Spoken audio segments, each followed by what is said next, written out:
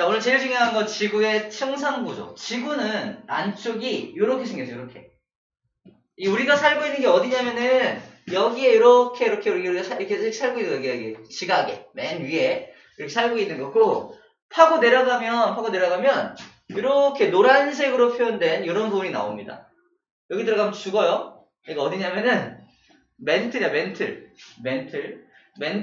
곳이 나오고요. 더 들어가면 이게 빨간색으로 표현된 게 나오는데 빨간색은 바로 엄청난 액체 상태의 철덩어리. 우리 왜 철을 녹여서 액체 상태로 막 이렇게 펄펄 이렇게 움직이는 철 상태의 액체 상태의 철덩어리가 이 안에 들어있습니다. 여기를 외핵이라고 불러주고요. 더 들어가면 너무 압력이 강해가지고 그 액체 상태의 철이 꽉 눌려가지고 딱딱하게 고체 상태로 굳어있는 내핵이라는 곳이 나옵니다. 여기 들어가도 죽어요. 아니, 다 죽습니다. 다 죽어! 들어가면 안 돼요. 자, 우리가 사람들이 그래서 이거를 직접 파서 알아냈을까? 그렇지 않습니다. 직접 파서 알아낸 게 아니라 간접적인 방법으로 알아내는 간접적 방법. 간접적인 방법으로 지구 내부의 구조를 알아냈다라는 겁니다. 그럼 간접적 방법이 뭐냐면 이런 겁니다. 쌤이 지금부터 수박을 사러 나갔어. 근데 안쪽이 안 보이잖아. 저 이거 잘 익었어요? 아저씨, 잘 익었어요? 난 모르지. 제가 열어봐도 되나요? 열어보든가? 빡! 안 익었네! 버려. 그래서 이거 빡! 이것도 안 익었네! 열통을 막 빡 깨요. 마지막 11번째가 이건 잘 익었네요. 이거 사갈게요. 안녕히 계세요. 10개 어떻게 되는 거야? 버려야 되죠. 좋은 방법인가요? 좋은 방법 같아요? 그러네요. 아무튼 이런 방법은 그 장사꾼은 다음날부터 보이지 않았다는 후설이 있어요. 장사가 망해서 더 이상 나타나지 않았다는 후설이 있습니다. 방금 쌤이 한 게 직접적인 방법으로 안쪽을 살펴본 거야. 굉장히 비효율적입니다. 그죠? 그래서 간접적 방법을 쓰는 방법이 있는데 이런 방법이에요. 아저씨! 잘 익었어요? 몰라. 두들겨 보든가. 통통통통. 안 익었네. 어떻게 잘 익은 거냐면 두들겨보면 툭툭툭툭 하면은 잘 안 익은 거야. 툭툭툭툭. 근데 통통통통 소리 나면은 되게 잘 익은 거예요. 나중에 두들겨봐요. 수박을 두들겨보면 툭툭툭툭 아직 안 익은 거. 통통통통 소리 나면은 잘 익은 겁니다. 이렇게 두들겨봐서 잘 익었는지를 파악하는 방법이 간접적인 방법인 거예요. 자, 두들겨본다는 게 뭐냐면 파동이라고 하는 걸 이용하는 겁니다. 퉁퉁퉁퉁 때려서 소리를 듣는 거잖아. 소리가 음파거든. 음파라는 파동을 이용해서 우리가 속의 내부 구조를 알아낸 것처럼 지구 내부 구조를 알아낸 방법은 지진파. 지진파라는 파동을 이용해서 알아냅니다. 둘 다 똑같죠? 수박의 내부 구조를 알아낼 때는 음파라는 파동을 이용한 거고요. 지구 내부 구조 알아낼 때는 지진파라는 파동으로 알아내게 된 겁니다. 자, 그래서 이제 알게 된 게 우리가 살고 있는 지각. 쌤은 이렇게 서 있겠죠. 쌤이 엄청 크니까 이 정도는 서 있을 거예요. 그죠? 서 있고요. 쌤이 이제 바다를 건너갈 수 있겠네요. 다리 이렇게 건너갈 수 있겠네요. 엄청 크네요. 지각 있고요. 그 다음에 멘틀. 그 다음에 외핵이라는 것과 내핵이라는 것으로 나누어서 있는데 맨 끝에 이거 체크 6400 교재의 11쪽에 나와 있습니다. 지구의 중심이 6400인 거 체크해. 6400 지각부터 지구 내부 끝까지 가면은 한 6400km를 파고 들어가면은 지구 중심에 도착할 수 있다라는 말입니다. 6400km 6400km가 어느 정도인지 알까요? 서울에서 부산까지가 한 500km 정도 됩니다. 6400이면 10번 왕복. 아니죠. 그래서 6번 왕복. 6번. 6번 왕복하면은 6000이죠. 6000에다가 한 번 더 가는 거예요. 자, 이 정도 길이가 지구 내부 구조까지 가는 거리 정도 된다라고 생각하면 될 것 같네요. 생각보다 안 크죠? 지구 생각보다 안 큽니다. 생각보다 안 커. 엄청 클 줄 알았는데 생각보다 안 커. 그래서 당연히 쌤은 바다를 가면 바다를 이렇게 건너갈 수 있어요. 다리가 엄청 길잖아. 제일 무서워. 오늘 제일 무서운 사람 있어요. 엄청 있어요. 있어. 그래서 굴하지 않고 계속 바다를 건너갈 겁니다. 자, 보세요. 이렇게 오늘 제일 중요한 거 지구의 내부 구조, 다른 말로 지구의 층상 구조라고 하고 있는데, 층이란 말이 한 층, 두 층, 세 층, 네 층, 층으로 나누어져 있는 구조를 층상 구조라고 불러주게 됩니다. 자, 이걸 뭐로 알아냈다? 바로 지진파로 알아냈다라는 게 오늘의 포인트입니다. 자, 붙어봐. 지진파가 뭐냐? 이겁니다. 지진파, 안녕 지진파. 지진파는 사람들이 인공적으로 발생을 시킵니다. 이거는 이제 자연적으로 발생한 지진파를 얘기하는 거고요. 지구의 내부 구조를 알아낼 때는 사람들이 인공적으로 뭘 터뜨리거나 다이너마이트 같은 걸 뻥 터뜨려서 일부러 지진을 발생시켜서 지구 내부 구조를 알아내게 됩니다. 이거는 인공적으로 발생한 게 아니라 자연적으로 발생한 건 이렇게 발생된다는 걸 얘기를 하는 거예요. 자, 지진이 발생할 때 생긴 에너지, 이 에너지가 지진파라는 파동이 되겠죠? 멀리 퍼져 나가는 것을 지진파라고 하는데, 그걸 이용하면은 지구 내부 구조를 연구하는데 사용할 수 있다. 자, 그 다음에 밑줄 볼게요. 뭘 통해서? 그 지진파가 통과하는 물질의 종류와 상태에 따라 빠르기가 달라지므로, 빠르기, 동그라미. 지진파를 빵 쏘면은 이런 식으로 빠르기가 달라지는 구간이 있어요. 그 빠르기가 달라지는 구간이 바로 층과 층이 나누어지는 구간이라는 거죠. 아, 그렇구나. 지진파가 빨라져. 엄청 확 빨라져. 여기 뭔가 한 층이 있네. 빨라지다가 또 훅 느려져. 여기 또 뭐가 또 있네. 이런 식으로 지진파의 빠르기가 달라지는 구간을 잘라서 층상 구조를 알아낸 거구나 라고 그 정도만 알면 될 것 같습니다. 아시겠죠? 좋아요. 자, 그럼 지각, 멘틀, 외핵, 내핵이 뭔지 바로 살펴봅시다.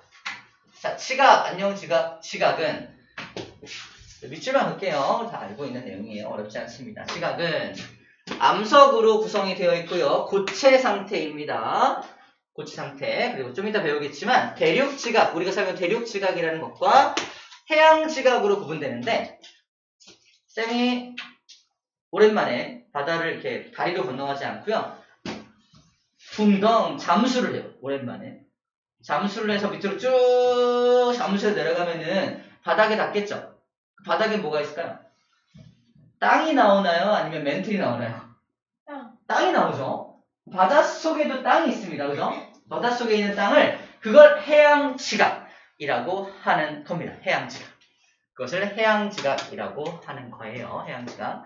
대륙지각, 우리가 살고 있는 대륙을 대륙지각이라고 하고요. 바닷속 깊은 곳에도 땅이 있어. 그걸 해양지각이라고 불러준다는 겁니다. 자, 그다음에 지각다음이 원래 멘틀이죠. 지각다음이 멘틀인데, 중간에 모호면이라는 건 뭐냐면 지각과 멘틀 사이의 경계면, 지각과 멘틀 사이의 경계면을 모호면이라고 해요. 그러면 지진파를 빵 쐈어, 지각을.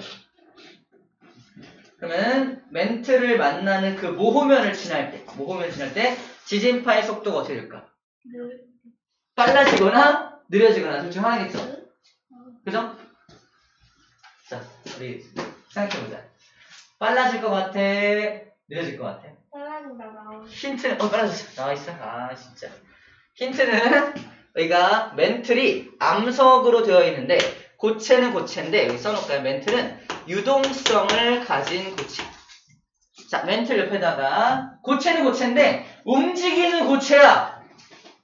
약간 뭐, 액체 괴물 같은? 아니, 그건 액체잖아. 액괴가 액체인가요? 고체인가요? 액체 아니에요?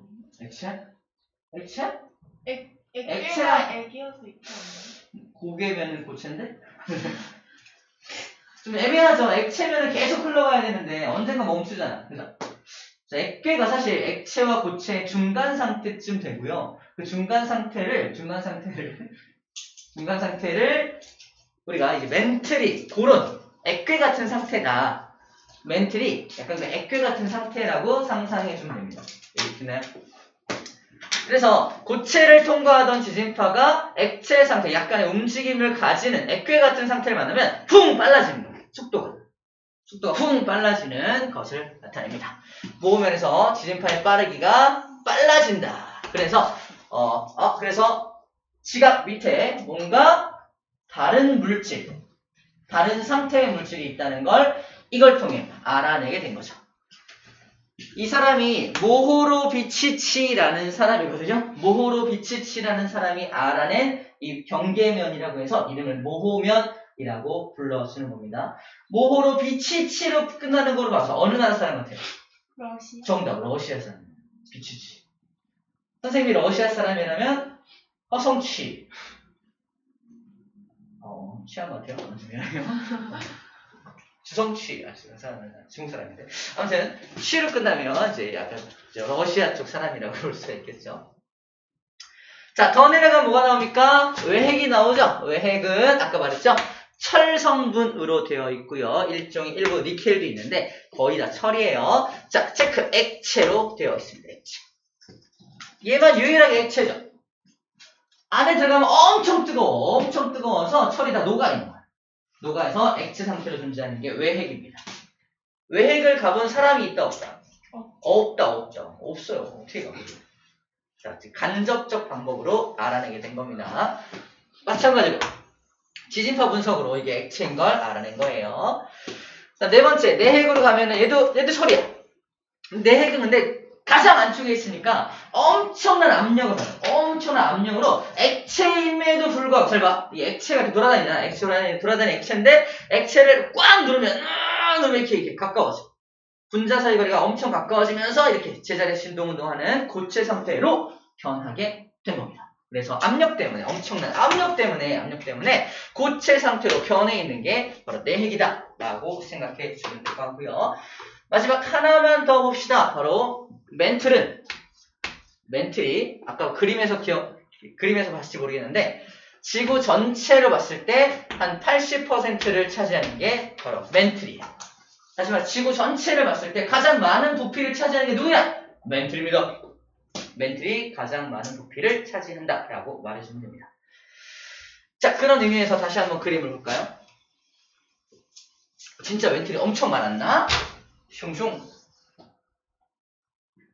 그러네. 이만큼이네. 그죠? 이만큼이니까 가장 많죠. 멘틀이 가장 많은 걸 볼 수 있어요. 여기도 이만큼 두께가 두껍긴 하지만 이건 좁죠? 이만큼 좁으니까 이만큼인데 이만큼이잖아. 그죠? 멘틀이 훨씬 더 많다는 걸 알 수가 있겠네. 자. 그리고 아까 수박 얘기했으니까 수박 얘기를 좀 이어가 볼게요. 수박. 자, 수박을 고를 때 잘라보는 게 좋다. 아니면 두들겨보는 게 좋다. 잘라본다. 역시. 한명 두들겨본다. 역시. 나 모르겠다. 모르겠다. 자, 이렇게 두들겨보는 방법을 직접적인 방법이 아니라 간접적 방법이라고 했죠. 자, 여기도 이 간접적인 연구 방법으로 지진파 연구를 쓰는 겁니다. 자, 지진파를 분석한다던가 운석을 연구한다던가 광물 합성 실험, 그러니까 약간 지구 내부 환경처럼 실험실을 만들어서 인공적으로 따로 해보는 거, 이런 것들도 직접 지구를 파보는 게 아니잖아. 그러니까 간접적 방법에 들어가고요. 직접적인 방법은 직접 파보는 거. 이게 시추법이야. 파봐. 사람들이 이 시추법, 진짜 파보는 걸 시도해봤을까 안 해봤을까? 시도해봤어요. 시도해봤는데, 자, 기억해. 13km 정도까지 팠어요. 13km. 이게 12, 여기 12가 나와있네요. 선생님 여기 있는 것도 다르네. 여기 나오는 거 봅시다. 한 12km까지 팠대요. 12km. 12km까지는 파되는 거죠. 12km. 자, 지구 전체가 몇 킬로를 했죠, 아까? 6,400 중에서 12km 파, 12km. 인간의 기술력이 어마어마하잖아. 양자, 역학, 상대성, 이런 엄청난 기술력을 갖고 있음에도 불구하고 우주선 막 띄우고 막 달나라가고 이러잖아. 근데 왜 지구 내부는 12km밖에 못 팠을까? 아까 말했지만 지구 내부가 엄청 뜨거워. 엄청 뜨거워서 장비를 가지고 막 파는데 쇠로 된 장비일 거 아니야? 그게 다 녹아버려. 막 하면 안에서 막 휘어져 나와. 휘어져서 나와. 이거 뭐야? 다 녹아버렸어. 더 이상 팔 수가 없는 거야. 12km 이상 내려가면 더 이상 장비가 가동이 안 됩니다. 그래서 땅을 직접 하는 건 한계가 있다. 그래서 우리는 직접적 방법을 쓸 수가 없다. 간접적 방법을 사용할 수밖에 없겠네. 자, 두 번째 직접적 방법은 땅 속에서부터 폭발해 올라온 화산 분출물. 땅 속에서 지가 직접 올라온 거니까 이걸 분석하면 직접적 방법이라고 할 수가 있겠죠. 그죠? 화산 분출물은 직접적 방법이야. 근데 운석은 지구 내부에서 나온 게 아니지. 밖에서 들어온 거잖아. 밖에서 들어온 거기 때문에 운석 연구는 간접적 방법인 겁니다. 둘을 좀 구분을 잘 해줘야겠어요. 알겠죠? 오케이. 이렇게 지구 내부 조사 방법이 5가지가 있는데 직접적 방법과 간접적 방법이 있다. 근데 좀 웃기지 않아? 운석을 연구하면 지구 내부 구조를 알 수 있대. 이게 매치가 되나요? 운석은 우주에서 날아오는 거잖아. 이걸 연구하면 지구의 내부 구조를 알 수 있대. 왜? 같이 만들어진 거기 때문에 그래요. 지구가 만들어질 때 지구 주변에 있는 여러 가지 작은 행성들이나 지구 주변에 있는 작은 소행성 같은 것들, 그런 것들이 다 모두 태양과 함께 모두 동시에 만들어진 거라서 지구 내부에 있는 어떤 성분 물질과 운석의 성분 물질은 매우 흡사합니다. 그래서 운석을 연구하면 지구 내부 구조랑 비슷하다. 그럼 지구 내부에 들어있는 어떤 물질이 똑같이 들어있다는 거예요. 자, 그런 차원으로 운석 연구를 해도 지구를 연구할 수 있다 없다? 있다 라는 겁니다. 자, 나와있죠? 지구 내부 물질과 비슷한 물질로 구성된 운석이야. 왜 얘가 비슷하지? 아까 말했지만 동시에 지구가 만들어질 때 같이 동시에 만들어진 것들이기 때문에 그렇습니다. 같이 동시에 만들어진 것들이기 때문에 비슷한 물질들로 되어 있어요. 비슷한 물질들로 되어 있습니다.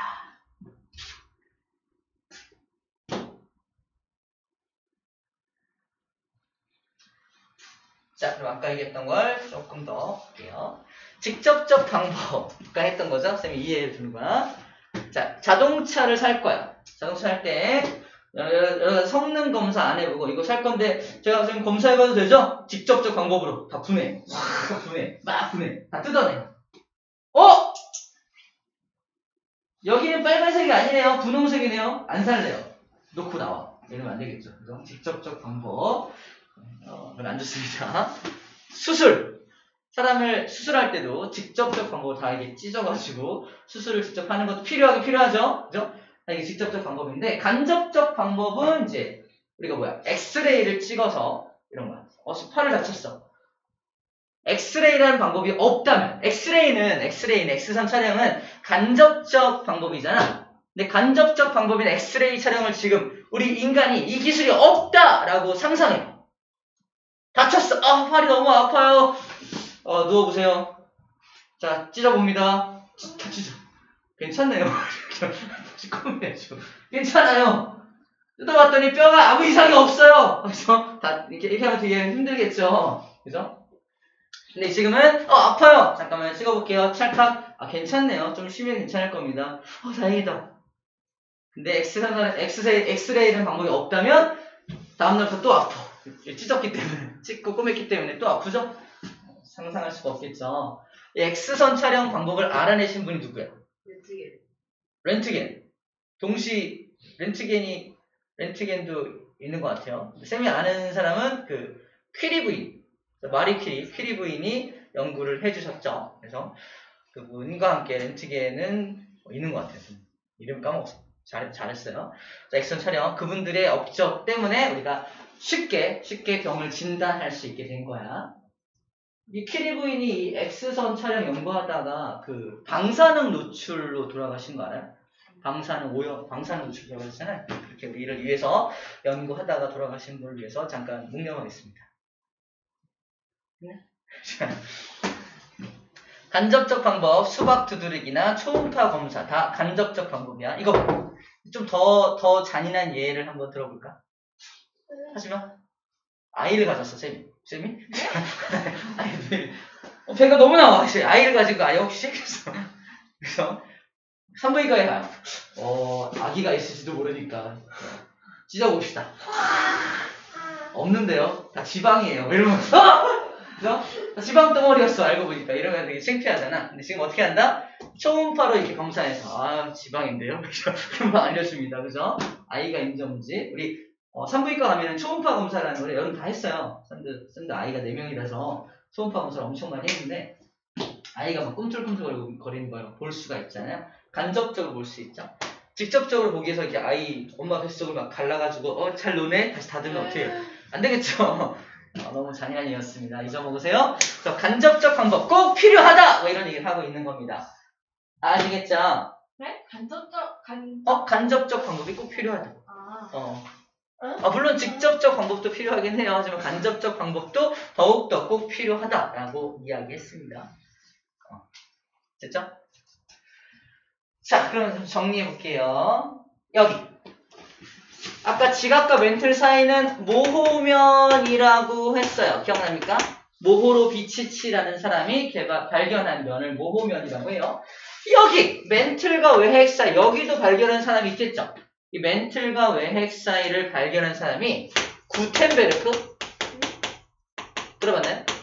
구텐베르크라는 사람이 구텐베르크. 저기를 구텐베르크 면이라고 해요. 구텐베르크 면. 책에 나와 있어요. 외핵과 내핵 사이를 발견한 사람은 레만이야, 레만. 레만. 그래서 모호면, 구텐베르크면, 레만면. 좀 라면 같다, 그지? 레만면, 라면, 구텐베르크면, 라면, 모호면, 라면. 어떤 게 더 맛있겠어요? 모호면 좀 모호하지 않을까? 맛이 좀 모호할 것 같은데? 맛이 모호할 것 같은데? 애매모호할 것 같은데? 구텐베르크. 좀 탈 것 같은데? 탔을 것 같은데? 레만이 좀 맛있지 않을까? 뭐 하는 거죠? 텐션 왜 이상해? 자, 라스트. 요거 하고 잠깐 쉴게요. 봐봐. 자, 지구 내부를 봤을 때, 봐봐. 가장 위에 있는 게 뭐였지? 시각이죠. 가장 위에 있는 이유가 뭐냐면, 가장 위에 떠 있는 거예요. 떠 있다는 건 가장 밀도가, 가장 가볍다는 거거든, 가볍다. 그래서 밀도입니다. 밀도는 지각이 다 맨 위에 떠 있는 거예요. 근데 해양 지각보다 대륙 지각이 더 위로 높이 솟아 올라와 있는 걸 통해서 더 해양 지각이 더 좀 무겁고 대륙 지각이 좀 더 가볍구나 생각하면 됩니다. 또는 어떻게 이미지화하면 되냐면 우리가 살고 있는 대륙 지각은 약간 하얀색 암석들, 흰색 암석들로 많이 되어 있는데 바닷속 깊은 곳에 있는 그 땅덩어리를 분석해보면 아주 시커먼 검은색 암석들로 되어 있거든요. 우리 암석 광물 이제 배울 텐데 암석들이 시커먼 색을 띈다는 건 약간의 금속성 물질이 들어있다는 거라서 조금 더 무거워요.